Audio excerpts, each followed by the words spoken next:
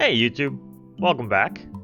If you watched this channel a little bit in 2024, you'll have remembered that we did a few episodes of a series that I called Commander Crafts.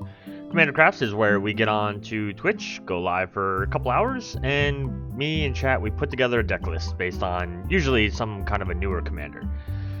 The trick of it is that I can use Scryfall, I can use EDHREC as resources, but I cannot go straight to the Commander's EDHREC page and just load up 100 cards there. That's kind of boring. You're going to get kind of a stock what everybody else is doing. In fact, I feel like us evaluating what the card does and everything like that leads to more interesting builds. So we can go to the mono white page. For today's commander, we can go to like the same creature type. We can go to if it's a strategy, like if it's an aristocrat thing, we can go to the aristocrats page and we can pull cards off. We can use Scryfall to search for keywords or card types or anything like that. Do all that to kind of as resources to get the cards that we think might be good. We do this in sets of usually about 10 cards at a time. I cut in between when me and Chad are talking about the cards. I explain why we picked those cards to you. And then at the end, something that we're going to change up. I used to do a playtest of the deck once we had the 100 cards. What we're going to start doing is that's going to now be a separate series that's going to wind up being on patreon.com/Seth Cross. It's going to be available to anybody who so much as supports with $1. I'm not going to be trying to like farm money from anybody, but I do want to start making kind of different content for people who are willing to support, and I really enjoy the playtesting, so I don't want to not do it, but I feel like it's a good segue, and it also helps shorten these videos up a little bit too, because these were usually around an hour, and that's kind of a lot. It's kind of a lot for a video, so I'm hoping to cut these down to more like 40 minutes, 30 minutes, and then the playtest can be a separate thing, again, over on Patreon. So there will be a link to the Patreon in the video description. There will also be a link to the Discord. You can join that. It's a free public community for us to just have a safe, good time, talking about Magic, talking about video games, Minecraft, anything you really want, as long as you're, respectful to your other community members and everything like that.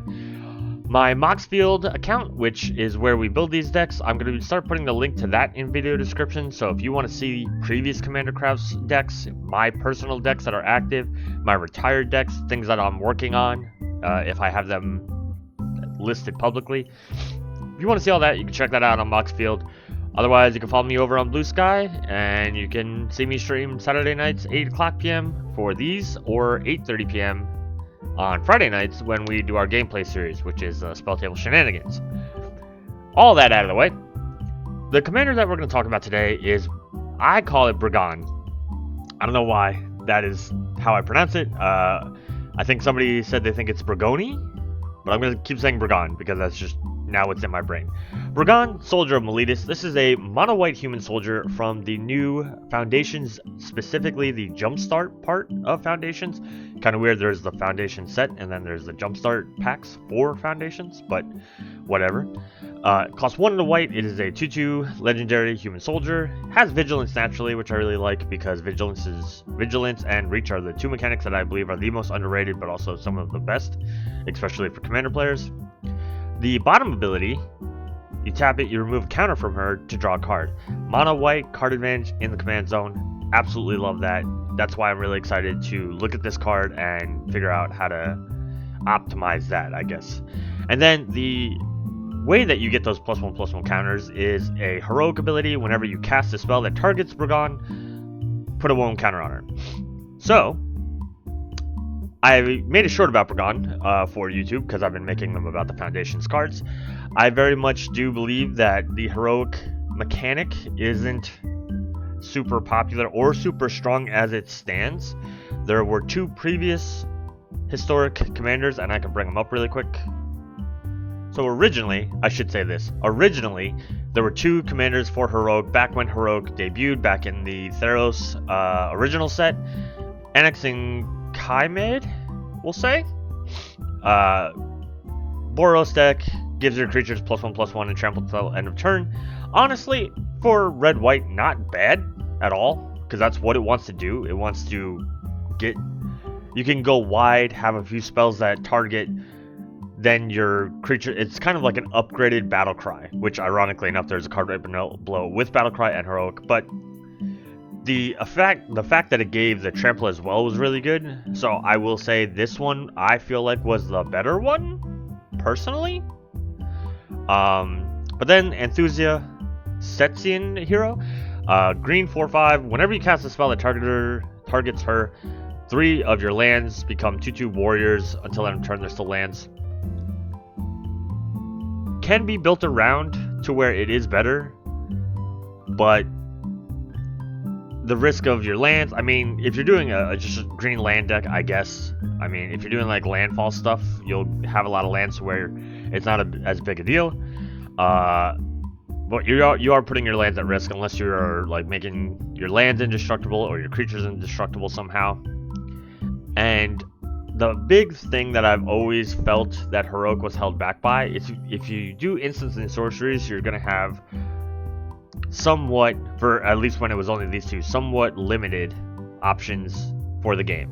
Like, your mid game is probably pretty strong, but if you get to the end game where you're running out of your instants and sorceries and you don't build with a contingency plan, that can become kind of hard. So like once you're playing those instants and sorceries, you get to a point where there are no more. Especially like you have to have spells that target a creature. It can't be all your creatures get this, it has to be a single target. That also then brings up the option of your opponents could interact with the card before, you know, the first target goes through or something like that. It's something that I feel like you could get blown out easily. The best thing I would think for either one of those 2 original ones would have been Enchantress, because white and green both had they have some recursion in general. I think they lean heavier on permanent recursion than necessarily instant sorcery recursion. The red part might have had some for Annex and Chimad, but I don't really think green has a few ways of bringing cards back just in general. But I feel like enchantments and creatures would have been their stronger recursion-y area. Then from God, what was DMC? Oh, Dominaria United. We got another one. Heroic, whenever you cast a spell that targets it, you make kobolds, and then having battle cry, so giving all your kobolds +1/+0, you're turning all your 0/1s into 1/1s, and then you just have anthem effects. You could have, nowadays, you could have anything with heroic. You could have a roaming throne. That way, you're getting double the triggered abilities. That's not bad. This is obviously prior to roaming throne. And then there's another one that is also in the same set, Jumpstart Foundations. Whenever you cast a spell that targets it, exile the top card of your library. You may play the card until the end of your next turn. That one's just, you know, a 2/2 double strike also for 3 mana isn't bad at all. Merry Champion. It's around Christmas time when I'm recording this. Yeah, that one, I like this one too. The fact that these are both new and card advantage, I feel like kind of shows like, yeah, you're kind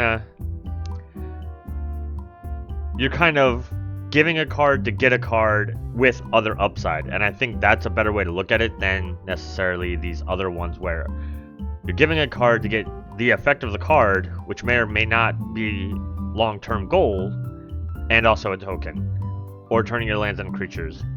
This is more alpha strikey, I think.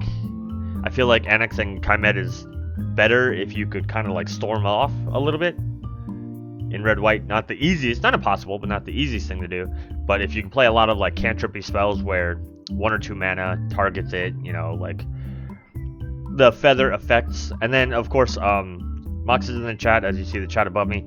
Mox really is a big fan of Feather. Feather is essentially the closest thing, I think, to a good heroic, before at least Brigone. The closest thing, I think, to a really good heroic commander without it being actually heroic. She doesn't have it stamped on her, but the effect is the same. When you target her with a spell, this thing happens. So, like I said, not exactly heroic, but whenever you cast an instant sorcery that targets, a creature you control, exile it, blah, blah, blah. So, a little bit weird, a little bit different. Feather was again, probably shares a lot of spells, and you can even see I have the EDHREC page for Feather pulled up. Probably has a lot of the same spells that you might expect in Annex and Chimet, or the red one, or now Brigone. Just because they're cheap and easy to do. They replace themselves a lot of times with draw card effects.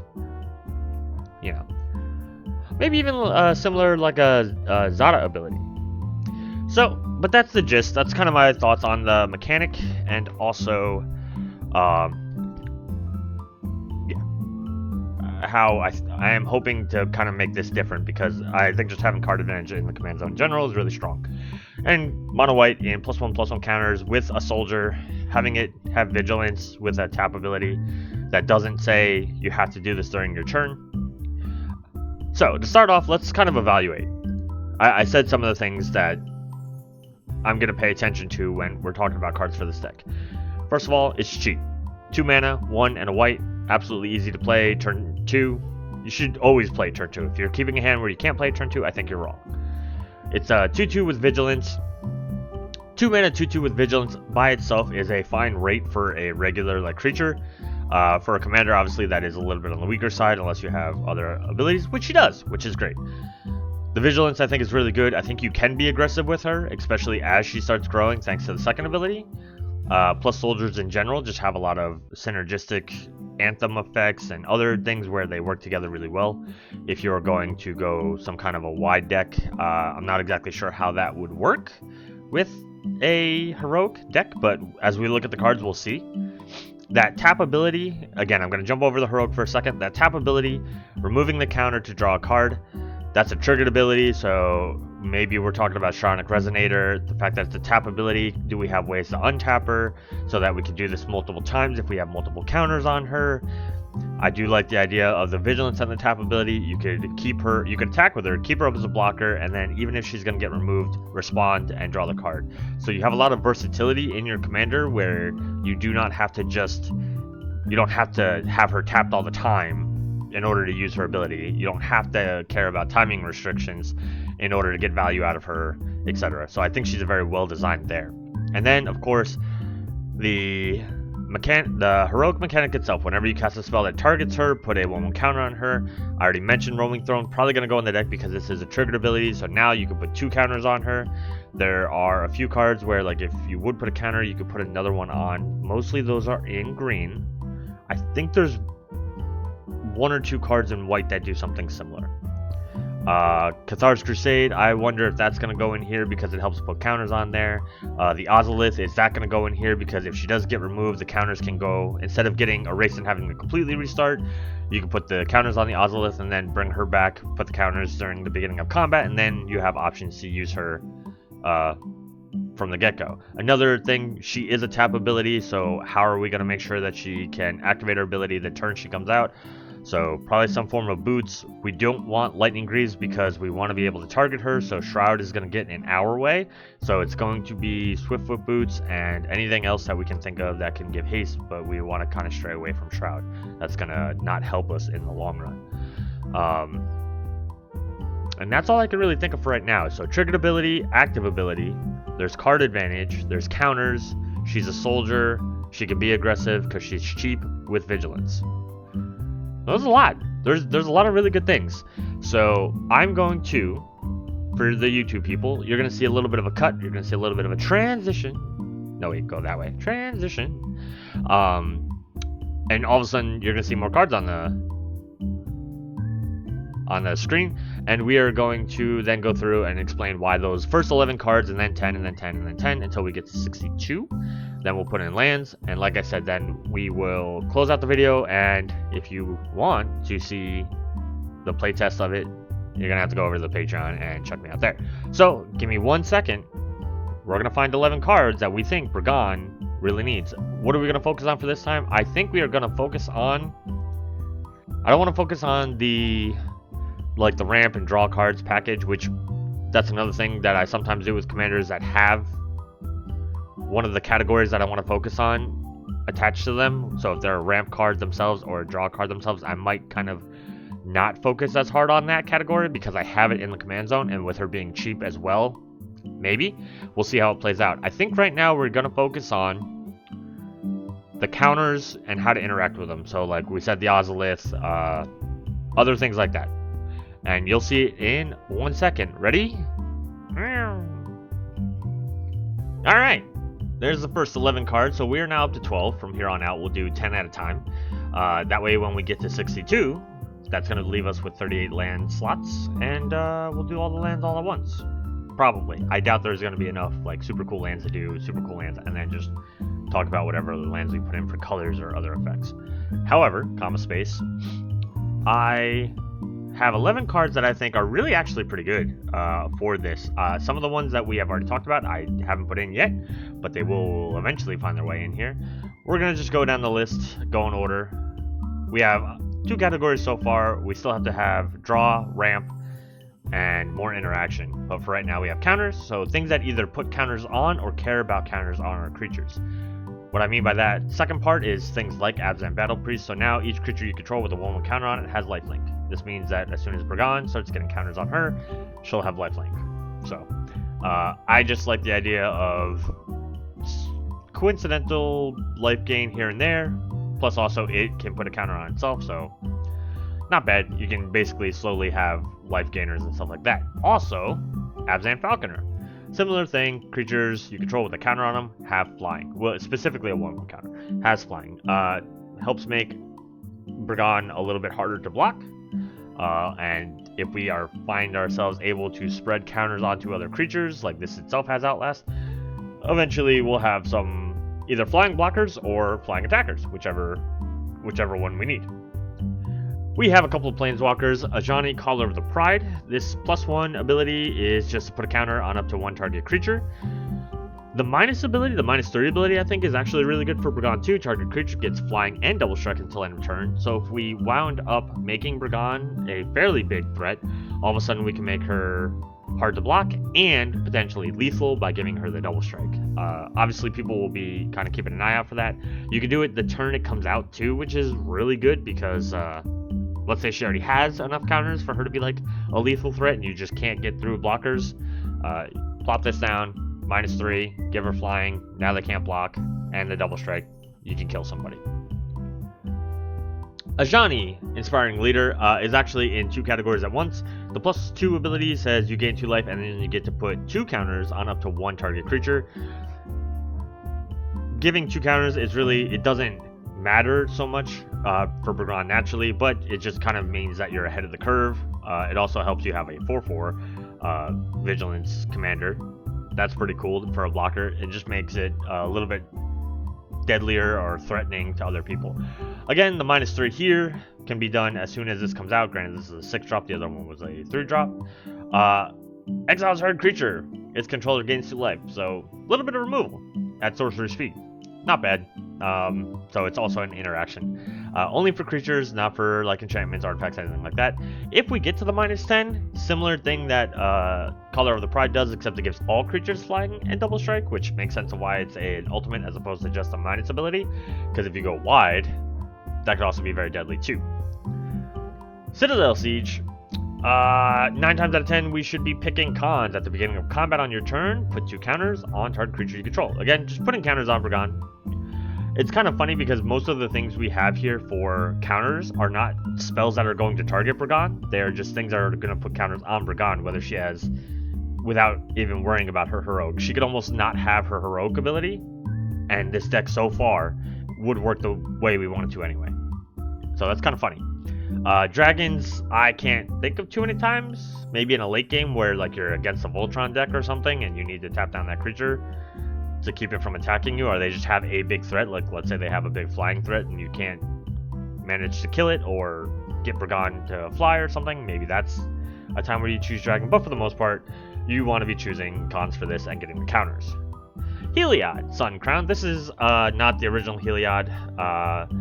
Sits on the field, and whenever you gain life, you get a 1/1 counter on target creature or enchantment you control, and you can also give a target creature lifelink until end of turn. This with Walking Ballista is kind of an infinite combo where you remove a counter from Walking Ballista to deal 1 damage is something. If you give it lifelink, it can loop it back and you can machine gun people down. I said earlier that I don't know if maybe we put Walking Ballista into the deck as like a backup. I'm not 100% sure if Brigone is a value piece to keep the train rolling, or like keep card advantage, keep cards in our hand with card advantage, or if she is the way that we want to win the deck with, like, again, the flying and double strike. This kind of gives us options where we could put the Walking Ballista in toward the end if we just feel like we don't have enough closing power. Or it could just be in there as a, hey, you know what, I accidentally won the game because I drew the right cards. Not bad. And also life gain, again, I think incidental life gain is sometimes good. And as long as your devotion to white goes over 5, you have an indestructible blocker. That's not bad either. Lizelle, I can't spell the rest of that word, or I can't say the rest of the word, champion. If one or more counters, if you would put one or more counters on a creature or a planeswalker you control, or on yourself, put that many, +1 of those counters on that permanent or player instead. This is just a 3/3 that sits there, and whenever we're going to put a counter on Brigone, or put a counter on our couple of planeswalkers that we've gotten so far, you just get an extra one. Extra value. Just not bad.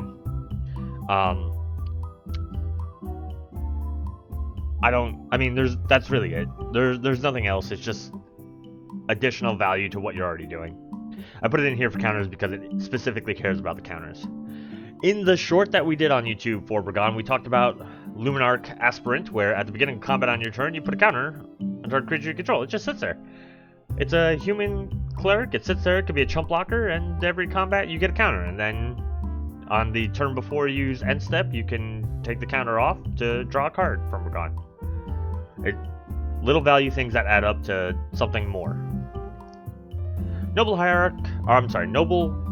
Noble Hierarch is something completely different. Noble Heritage is there. It's a background, so gives Brigone the ability that when this creature enters the battlefield and at the beginning of your upkeep, each player may put 2 1/1 counters on a creature they control. For each opponent who does, you gain protection from that player until your next turn. So kind of a political thing in the sense of you give advantage to other people, or not just yourself, but potentially other people, but you get something for it. You get protected against them. They can't mess with you for that turn. At least in, well, this version, a little bit more by you getting protection from them, as opposed to like, oh, you just can't attack them. It used to be like, with the next card, they can't attack you, but they can do other stuff to you. And of course, you're always going to want to take the 1/1 counters for yourself. There's no reason not to, unless you somehow need protection from yourself. For the next card, Orzhov Advocist, at the beginning of your upkeep, each player may put 2 1/1 counters on a creature they control. If a player does, creatures that player controls can't attack you or a planeswalker you control until the turn. This is what I was talking about, where you just can't attack me, but you can still target my stuff. You can still, hit me with burn spells or something like that, whatever. The straight up protection from everything. So this is an older version of what Noble Heritage kind of evolved into, I guess. And again, you're just always going to put the counters on your own creature because you don't have to worry about attacking yourself. I hope. Maybe? I hope not. Those 10 cards, plus we have one very good board wipe. This is a 5-mana sorcery. Destroy all creatures with no counters on them. More often than not, you should have counters on your creatures, and then you can board wipe other people. That's that simple. It's just like any other board wipe where you get to kind of keep your stuff. It's the closest thing this deck's probably going to get to seeing something like a Cyclonic Rift or Garruk's, Garruk's like Rampage or whatever. The like 9 mana destroy everybody else's creatures, something like that. But yeah, should keep your commander around, make it so that you can attack. Mox also in the chat did mention that the creatures you tap with Citadel stay tapped on your turn so they can't block. Did I miss that? Oh, because it's combat on their turn. I see what they're saying. That's a very good one. Yeah, so like during my opponent's turn, I tap their creature. Obviously, they don't get an untap step before I get an untap step. So that means that they won't be blocking Brigone. So that's a good point. Yeah, that's the first 11. Very solid package of making sure that we have counters on Brigone. I think that was really good. For this next 10, I do want to focus on... Actually, let's look really quick. I just want to see something. So right now our mana curve is kind of high-ish. 3.2 I think is what you want. Most of the time we're at 3.45, but it's a very small pool of cards, and that's probably because like we have a 6 drop, a 4 drop, a 5 drop, and then a bunch of other 4 drops. I do want to work a little bit on the ramp package. I am going to focus on cards that can potentially get us lands out of our deck, so that we're also kind of making our draws a little bit better, or a little statistically a little bit more likely that we're going to hit something other than a land. So I don't know if we're going to see like a land tax or something, but let me look at that. Obviously we're going to do things like Soul Ring, probably Pearl Medallion, just to make our white spells in general, because if we do wind up casting instants and sorceries or enchantments for Brigone's counter ability, her heroic ability, we don't want things that are just reducing the cost of like white creature spells like Oketcher's Monument or something like that. Even though it would be nice to get the warriors, that's not technically the strategy. So let's look at ramp spells, at least 10 of them, and then we'll come right back and we'll talk about the ramp spells. Whoosh. Okay, when I said that we were going to go find some of the ramp cards for this deck, I was not kidding. We went and we found some goddamn ramp. It was straight 10 cards. Some of these are very basic, so we have Arcane Signet, just makes white mana for 2. It's a 2 mana rock. Archaeomancer, this one I think is going to be really cool. I've seen it played a few times in other people's content, and it always seems kind of like, it seems like it does work in a mono white deck specifically. When it enters, you search for 2 basic planes, reveal and put them in your hand, then shuffle. Whenever a land enters the battlefield under an opponent's control, if that player controls more lands than you can put a land from your hand onto the battlefield. So it basically helps you get up to parity as long as you have lands in your hand. With Brigone being a drawing you cards, being a card advantage engine, I think there's a good chance that you're going to always kind of have a decently full hand. If you're drawing lands, then you're going to be able to be putting them down to try to catch up to like the green players and stuff like that. So I think that's really cool. Speaking of the green players, Deep Gnome Terramancer is a flash 2/2 gnome wizard. Whenever 1 or more lands enter the battlefield under an opponent's control without being played, you may search for a plains, put it on the battlefield tapped, and then shuffle. Do this only once each turn. So this is things like a Cultivate as opposed to an Explore. Cultivate, they put the land onto the battlefield. They don't play the land. The second land that they get, they can put, or they can play onto the battlefield. As opposed to like an Explore where it says you may play an additional land, that's playing. That won't trigger this. Cultivate and Kadama's Reach, the land that they put onto the battlefield, will trigger the Deep Gnome. Keeper of the Accord was recently on one of our gameplay shenanigans videos where 2 players had it, and it drew a decent amount of planes out of a deck. There's a little bit of a token synergy here that doesn't really matter, but at the beginning of each opponent's end step, if that player controls more creatures than you get a soldier token. But mainly we care about at the beginning of each opponent's end step, if that player controls more lands than you may search your library for a basic plains card, put it onto the battlefield tapped, and then shuffle. So again, getting you up to whoever's kind of ramping up more. So kind of what mono white does, it's try to keep the parity. Knight of the White Orchid, nothing really to say about this one. Very standard mono white for card advantage. When it enters the battlefield, if an opponent controls more lands than you may search your library for a plains card, put it on the battlefield, and then shuffle. If you're behind, this helps you get a little bit further up. Ornithopter of Paradise is a mana dork with flying. That's neat. Talk about vigilance. I talk about reach a lot being really cool, so just having a coincidental flyer on the field that might ramp you up, nice. Why not? Pearl Medallion, it's a mono white deck. Now your white spells cost 1 less. Scholar of New Horizons, I like this one. We saw this one going through Scryfall, and I think it's kind of clever. 2 mana, 1/1. When it enters the battlefield, it comes with a 1/1 counter on it. You can tap it, remove a counter from any permanent you control, any kind of counter, to search your library for a plains card and reveal it. If an opponent controls more lands than you may put that card onto the battlefield tapped. If you don't put the card onto the battlefield, it goes in your hand, then you shuffle. So, a lot of the other cards that we were just talking about in the last section are putting 2 counters onto Brigone, something like that. Now, Brigone can use 1 counter to draw a card, and then you can use a counter to have ramp. So it's kind of like 2 birds, 1 stone. I think that's cool. I'm pretty happy with this. I'm excited to see this in the deck and hopefully doing something. If not, and also the fact of you could take a counter off any permanent with it, like 2 planeswalkers we have, you could take them off of that. The Outlast creatures, you could take the counter off of that if you don't want to take it off of Brigone because you want the card advantage from Brigone. Whatever. I think there will be enough counters to go around where this can usually at least get you a plane out of your deck and into your hand so that you have one for your turn. Soul Ring. Yeah, it's Soul Ring. It's everywhere. And then Thought Vessel. I specifically looked at Thought Vessel, even though most decks will do 2-mana rocks in general. I just kind of wanted to focus on the fact that it does mean that you have no maximum hand size. Believe it or not, in a mono white deck, I feel like that's going to be really important because, yeah, you're going to be drawing a lot of cards.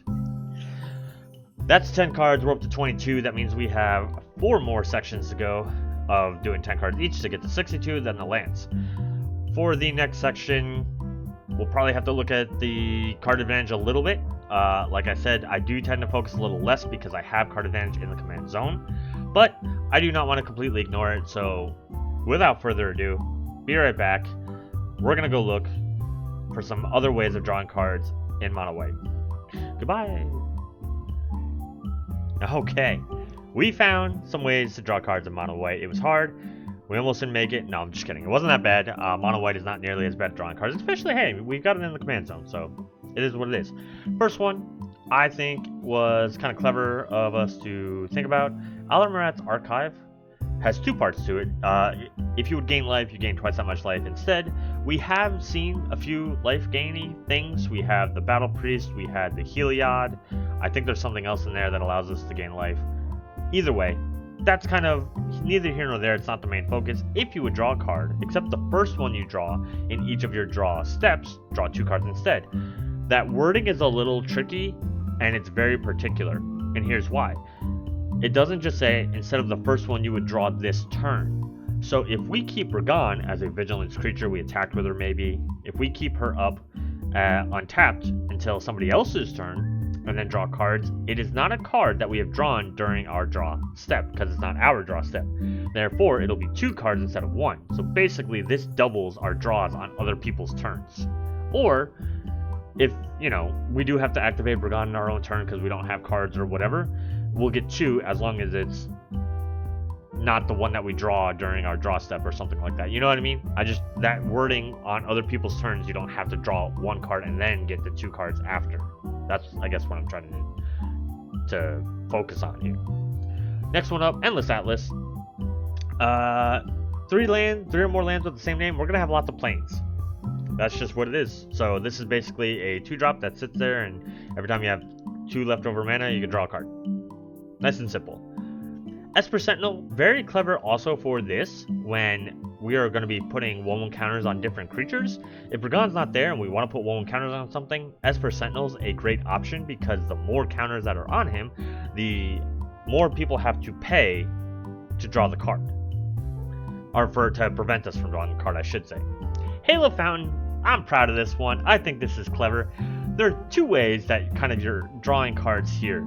3 mana, artifact sits on the field. If you untap tapped creature you control, like your commander, you can then tap your commander, remove a counter, and draw again. So that's, you use Brigone once, you use this to untap her, you use it again, you've drawn twice.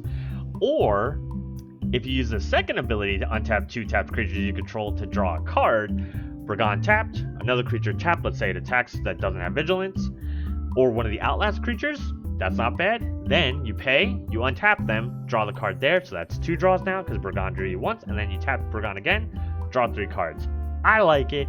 That's cool. This is why I love these streams, because these are really fun to find these cards where maybe we are eventually on the last set of 10, we're going to go to Brigone's page on EDHREC to see if we missed anything that was like super obvious.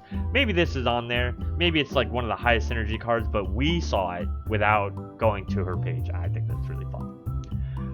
Mox was very correct in Illusionist Bracers, working very well. Her activated ability is not a mana ability, therefore you can copy it.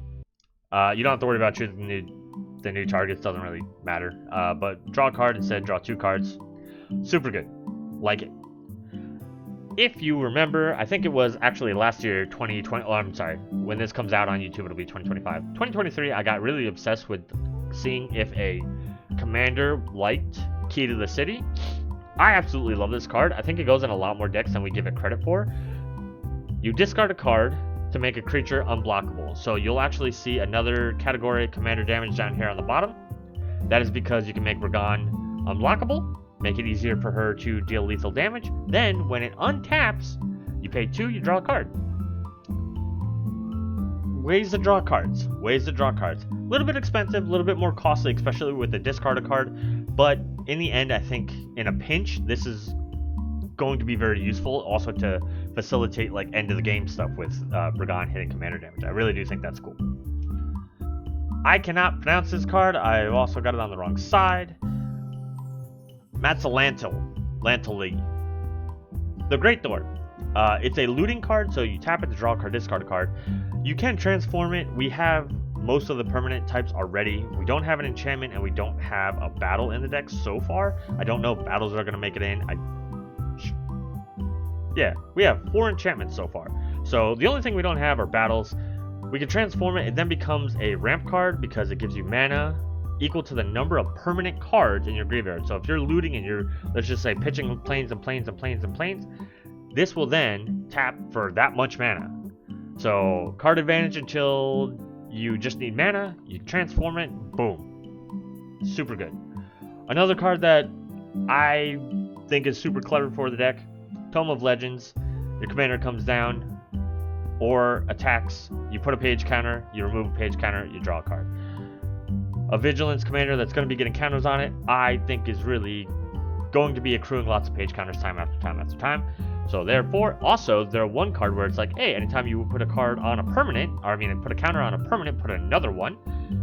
Permanent, getting counters, get 2 page counters, take them off, draw cards. Boom, got him. Then we have Wedding Ring.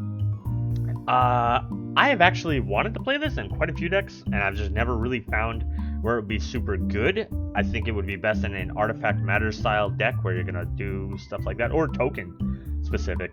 But you cast the Wedding Ring, somebody else gets a Wedding Ring, you're married. In marriage, you share everything, right? So you're going to share your card advantage, you're going to share your card or your life gain. Now, whenever the other person draws a card, you'll draw a card. Whenever they gain life, you'll gain life.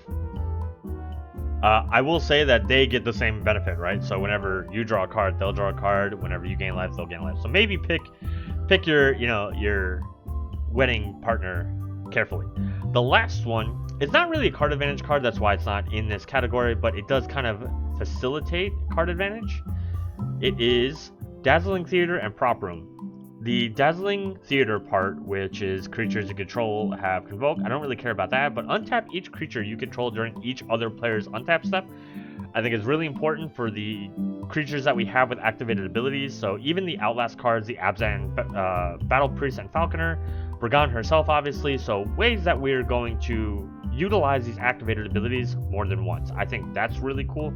It kind of facilitates a lot of our other card advantage stuff. But it's not card advantage in and of itself, which is just why it's not in the category. It's uncategorized as of right now. I don't know exactly what it would fall into, but it's there for now. The next 10, I'm not sure what we're going to do for the next 10. We have a little bit of everything. Maybe we'll look at our interaction package a little bit. We're very weak at only 2.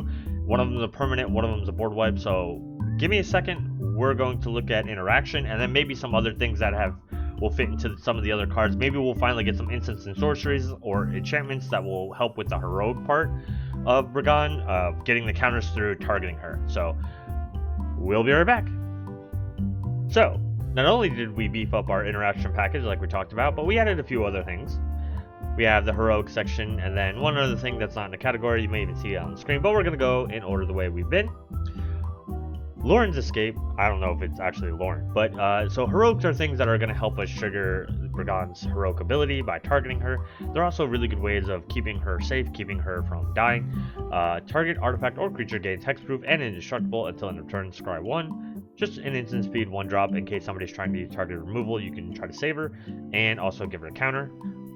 Or if somebody board wipes, you can try to save her and give her a counter. The Scry is actually just plus side, nothing wrong with it. Yeah, it just that simple. Tajiri's Shelter, 2 mana, target creature you control gains protection from the color of your choice until end of turn. May help in attacking may help in blocking, may help in removal, whatever, but also will target Brigone so that the heroic will trigger, and she'll get a counter. Timely Ward specifically can be cast as though it have flash if it's targeting the commander, so this 3 mana aura, giving something indestructible, can have flash if it's trying to save Brigone. If not, I mean, I don't think we're going to really use it if not for that. I can't think of anything else here that I care so much about that I want to use this on it instead of Brigone. So yeah, Timely Ward, just going to flash it out if we need to, and it's a spell that will then target. That's just how auras work when they're cast. Alright, down in interaction we have Austere Command. Good old one, good old classic board wipe. Gives you options. You can pick 2 of artifacts, enchantments, small creatures, big creatures as far as cost. A lot of our creatures seem to be on the smaller side, so therefore we can usually hit creatures mana value 4 or greater, keep a lot of our stuff, and then either artifacts or enchantments depending on what will hurt us the least. If we absolutely have to, you pick both sets of creatures and you completely board wipe. If Brigone is indestructible, that also may or may not matter.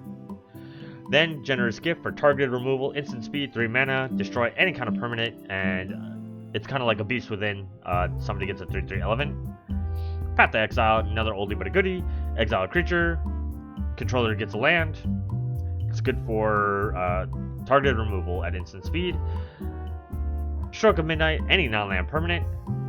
Controller gets a 1/1 white human creature token. Again, I like things that are not just restricted to like, oh, this has to be a creature or just an artifact or just an enchantment. The more flexibility we have, the better. So things like this are really good. Swords of Plowshare, unfortunately, is just a creature. This one gives the controller life equal to the power. So hopefully it's not the biggest thing that they have. It's just deadly in some other way. But if it is, I mean, you got to get rid of it if you got to get rid of it.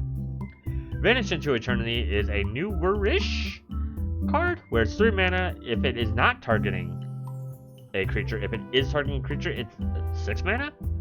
This is probably going to be more for artifacts, enchantments, planeswalkers, whatever. Just removal again, and it's exile. I do also like exile, more permanent ways of getting rid of things as opposed to like leaving something laying around kind of thing.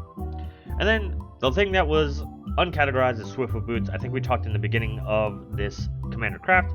You do not want to have Shroud from Lightning Greaves on Brigone because you want to target her. The 3 heroic spells that we have accumulated so far would be completely useless if we can't target her.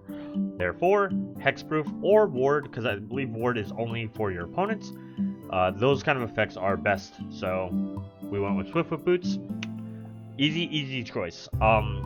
This is going to be the last category. We're going from 42 to 52 before we go to Brigone's page. The last set from 52 to 62, we always look at the commander's page, make sure that we haven't missed anything that is super necessary. So this, I think we're kind of just going to look for anything that we think we missed. They're not going to be specific categories, so you might see more ramp, more card draw, more counter stuff, more whatever. Just ways of making sure that we collect everything we can before we go look at the page and see maybe what we still miss. So give me a second. Let me do that. Okay, this is the last section that we're going to do before we go look at Brigone's page and see how badly we messed this deck up. So we added a little bit of everything. We added a lot more heroics. We added 1 new card advantage, 2 new ramp spells, and then just 1 that doesn't really apply anywhere. It does a little bit of card advantage-y things, and you could even say kind of 2 card advantage-y things by having a little bit of recursion, but we'll talk about that in a second. The card advantage card is cut a deal. Each opponent draws a card, then you draw a card for each opponent who drew a card, so it's worded that way. So if it's 3 players, 2 players, 1 player, whatever, ultimately you want to play this when you do still have 3 opponents, because then you're drawing 3 cards, and that's really good.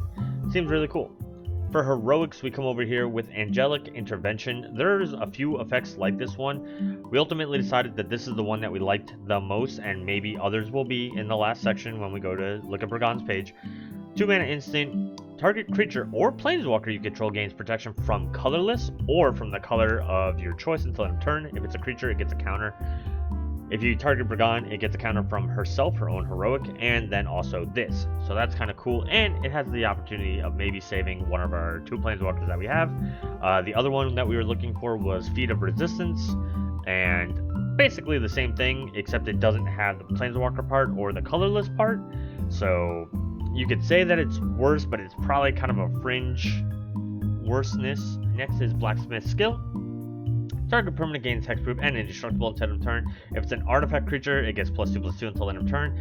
This was brought up earlier. I didn't put it in there because I didn't want people to get confused by the +2/+2. Brigone is not an artifact creature, so you won't be getting the +2/+2 unless some kind of weird thing happens where she becomes an artifact through some other means. We're not particularly doing that, but there are ways of doing that. It's just not how this deck plays out.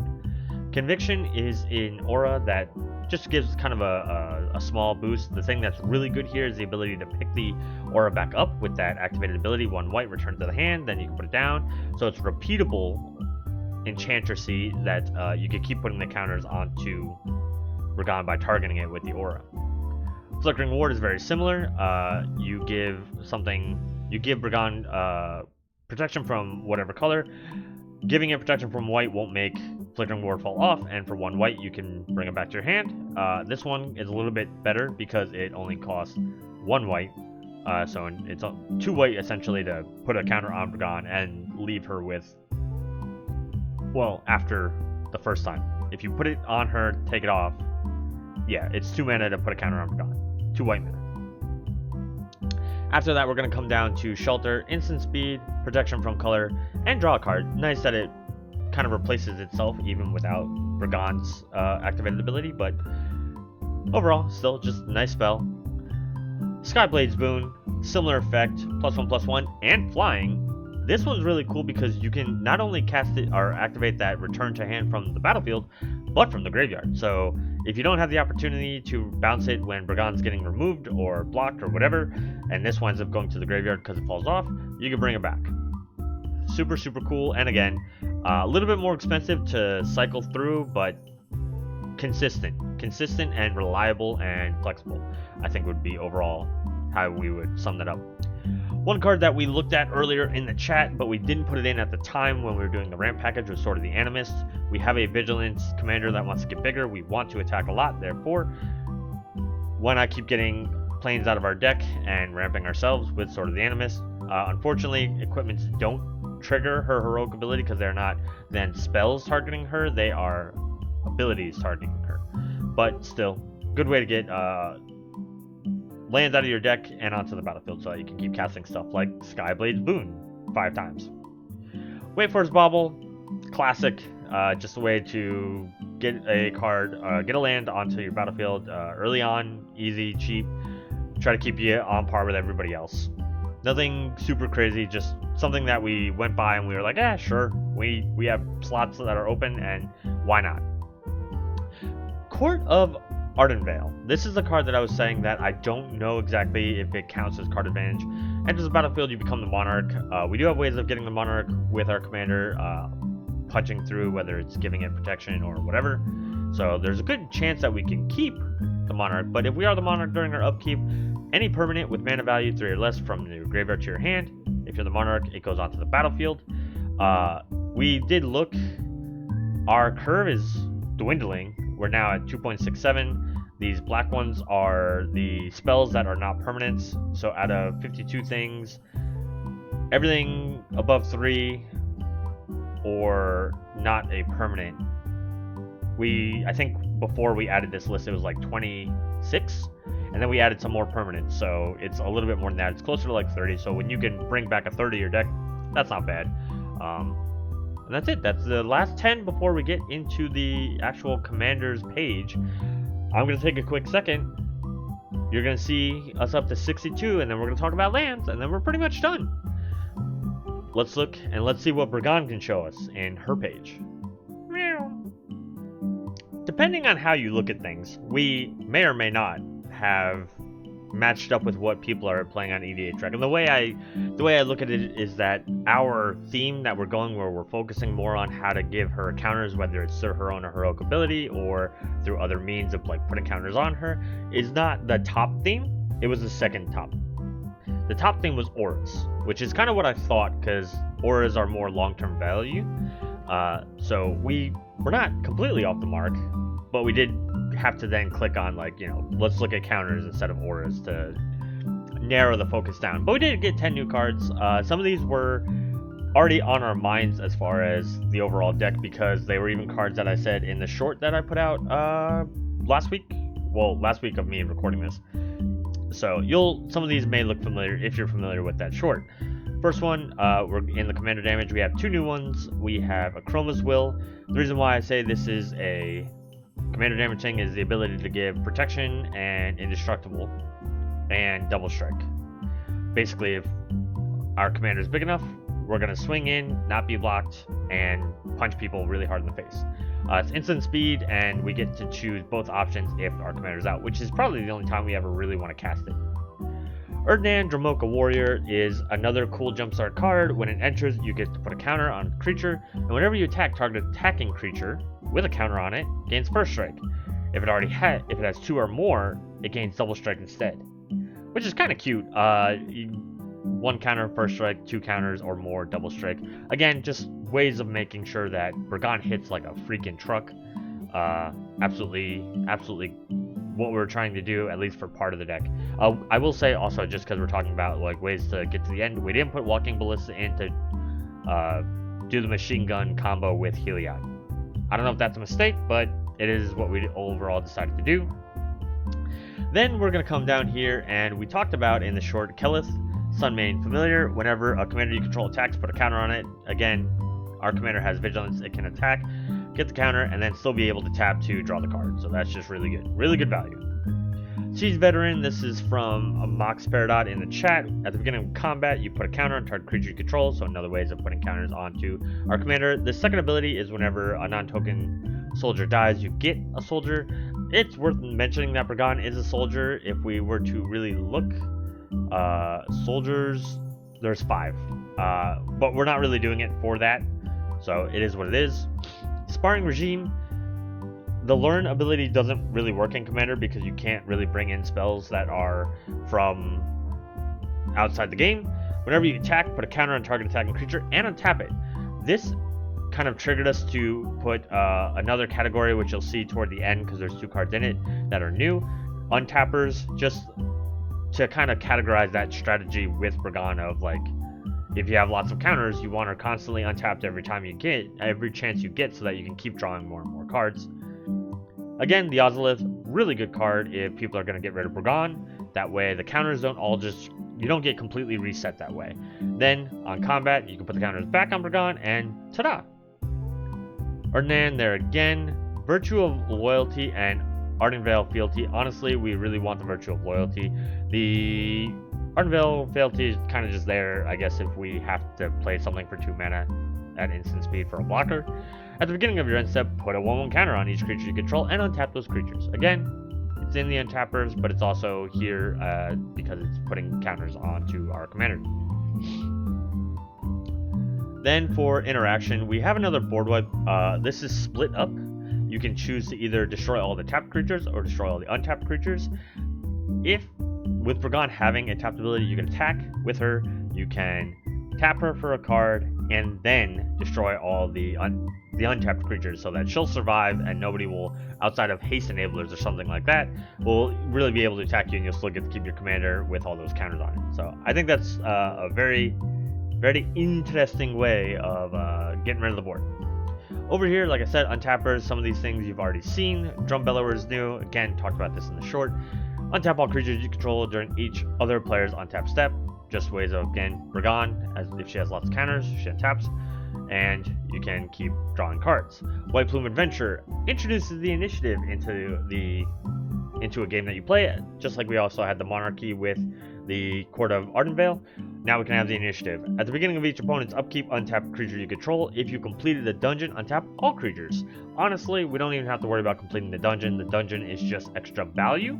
We really care about that untapping that 1 creature. Untapping all creatures is cute, but not necessary. Last thing we got to do is we have to put the lands in here. If there are lots of unique lands to pay attention to, we'll cut this up into 2 parts where here's all the unique lands and then here's everything else really quick. With a monocolor deck, I don't perceive guess, predict I don't predict there's going to be a lot of super cool lands. We are still using the Brigone page for this, so that again we make sure we get this right. If there aren't enough cool lands, you'll just get it all at once, and I'll just highlight the cool ones, and then the other ones will be there. You can look at the list yourself down in the video description, but for right now, let's look at lands. Out of 38 lands, 26 of them are basics, so we're going to do this all in one quick fell swoop. Demolition Field helps get rid of people's special lands, and then you can get a land.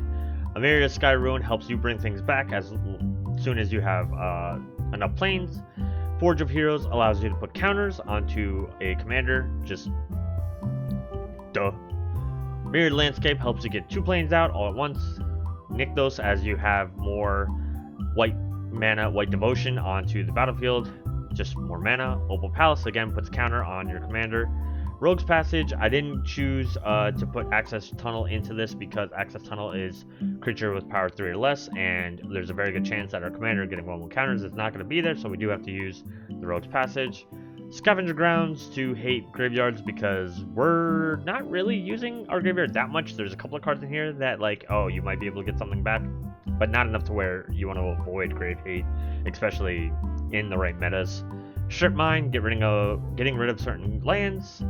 This is actually Karma's Bastion, so this is Proliferate, good for +1/+1 counter or any kind of counter decks. War Room, pay life equal to the number of colors your commander in your commander's color identity, draw a card. So this is basically 3 mana, pay 1 life, and draw a card. And then Witch's Clinic in order to give your commander lifelink so that you don't die, especially with so few creatures. We only have 18 total creatures. That is it. That is the whole deck. Now, normally in the past for 2024, we did go into a playtest and we looked at how the deck operates, but for 2025, we are going to try putting that part as another series out on Patreon. So if you do want to see how the deck plays, definitely go out to Patreon. It's only going to be $1 a month. That's the minimum I ever ask people for, and that pretty much gives you access to all the content. If you want to give more, absolutely, that's fantastic. I appreciate that. It helps me with, you know, buying cards and stuff and helping with giveaways and stuff like that. But don't feel like you have to pay more than that. If you want access to all the content, $1 a month will get you everything. However, for this content, it's over. Let me know in the comments down below what you thought. Let me know what you thought about this slightly new format and everything. Let me know what you think of Ari, because she's in my lap again. That's right, you're in my lap again, aren't you? Remember, you can follow me over on Blue Sky. I'm not really active on Twitter or X anymore. I just chose not to be there. You can join the Discord. I would absolutely love to have you there and just have more people joining the gameplay games that we do, the gameplay VODs that we do on Friday nights at 8:30 p.m. Eastern Time. I also do announce when I'm going to be doing these Commander Crafts. They're going to always be on Saturdays, not every Saturday though. And these are at 8 o'clock over on twitch.tv/Seth Cross on Saturdays. And you can also see my Mox Field decks, where you can see previous Commander Crafts, my current decks that are about to suddenly change because 2025 is a new year, new season for Spell Table Shenanigans. So a lot of decks are going away. I'm only keeping like 4. It's going to be kind of crazy, especially because I just made a bunch of my decks later in the year. But absolutely, check out those gameplay VODs. Remember to like, remember to comment. I will see you on the next one. Thank you so much for watching if you watch all the way through. I really do appreciate it. Really does help out the channel. We're on our way to 500 so that we can start getting toward YouTube partner. We got past 200 in 2024. That was absolutely really cool. So make sure you subscribe. Helps out. Thanks. Peace.